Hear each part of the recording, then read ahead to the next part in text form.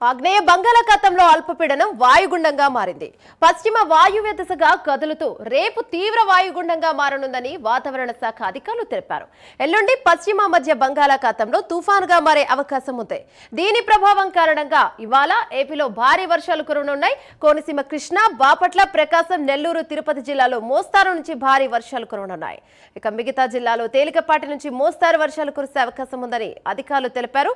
తుఫాన్ నేపథ్యంలో మత్స్యకారులు సముద్రం లోకి వేటకు వెళ్లరాదని హెచ్చరించారు.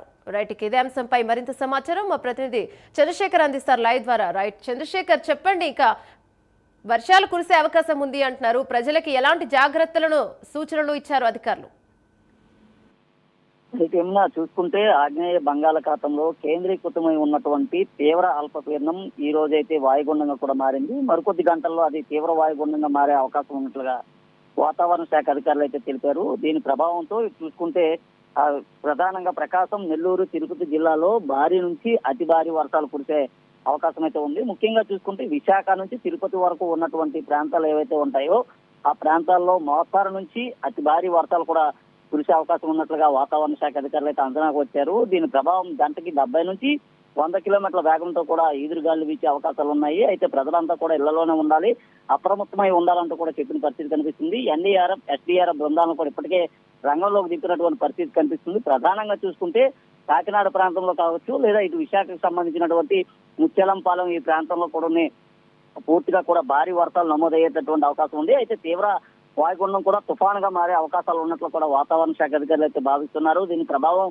కారణంగా ఇటు విశాఖ నుంచి తిరుపతి వరకు ఉన్నటువంటి ఏదైతే ఆ సముద్ర తీర ప్రాంతాలు ఏవైతే ఉంటాయో సముద్ర తీర ప్రాంతాల్లో భారీ నుంచి అతి భారీ వర్షాలు కురిసేందుకు ఆస్కారం ఉన్నట్లు కూడా వాతావరణ శాఖ అధికారులు అయితే భావిస్తున్నారు. దీని ప్రభావంతో ఇప్పటికే మత్స్యకారులు ఎవరైతే చేపల వేటకు వెళ్లారో వారంతా కూడా తిరిగి వచ్చేయాలంటూ కూడా ఆ ఆదేశాలు అయితే జారీ చేసిన పరిస్థితి కనిపిస్తుంది. అలాగే మరో 4 రోజుల పాటు కూడా భారీ వర్షాలు కురిసే అవకాశం ఉంది. ఇప్పుడైతే ప్రస్తుతం వాయుగుండం అయితే కొనసాగుతుంది. వాయుగుండం ఈ రోజు సాయంత్రం లేదా రేపు ఉదయానికి తీవ్ర వాయుగుండంగా రూపం దాల్చే అవకాశం ఉంది. అదే తీవ్ర వాయుగుండం కూడా తుఫాన్ గా మారేటటువంటి అవకాశం అయితే కనిపిస్తుంది. అయితే ఇప్పటికే ఉద్యోగులకు కూడా సెలవులు ఇవ్వలేనటువంటి పరిస్థితి కనిపిస్తుంది. ముఖ్యంగా చూసుకుంటే ఏదైతే లోతట్టు ప్రాంతాలు ఏవైతే ఉంటాయో లోతట్టు ప్రాంతాలపైన పూర్తిగా ఫోకస్ చేసినటువంటి పరిస్థితి కనిపిస్తుంది. ఇటు ఎన్డీఆర్ఎఫ్, ఎస్డీఆర్ఎఫ్ బృందాలని రంగంలో దించడంతో పాటు ఏపీ విపత్తుల శాఖ కూడా పూర్తిగా కూడా దీనిపైన అయితే సమాయత్తమైనటువంటి పరిస్థితి కనిపిస్తుంది. ముఖ్యంగా ముంపు ప్రాంతాలు ఏవైతే ఉంటాయో ముంపు ప్రాంతాలను ముందస్తుగానే గుర్తించినటువంటి పరిస్థితి కనిపిస్తుంది. భారీ వర్షాల కారణంగా కూడా ఎక్కువ ప్రాంతాల్లో కూడా వర్షాలు నమోదయ్యేటటువంటి అవకాశం ఉంది. ముఖ్యంగా చూసుకుంటే ఇటు ఉత్తరాంధ్రకు సంబంధించినటువంటి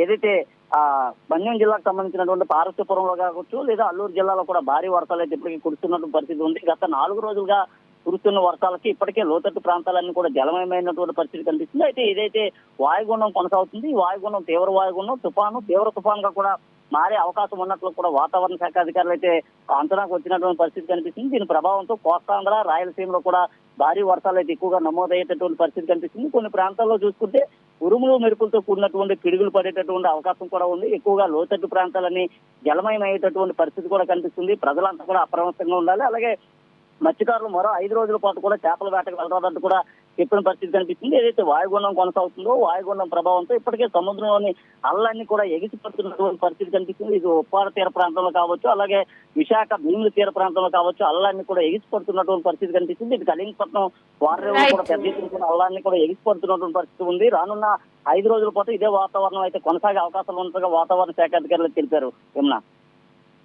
థ్యాంక్ యూ చంద్రశేఖర్.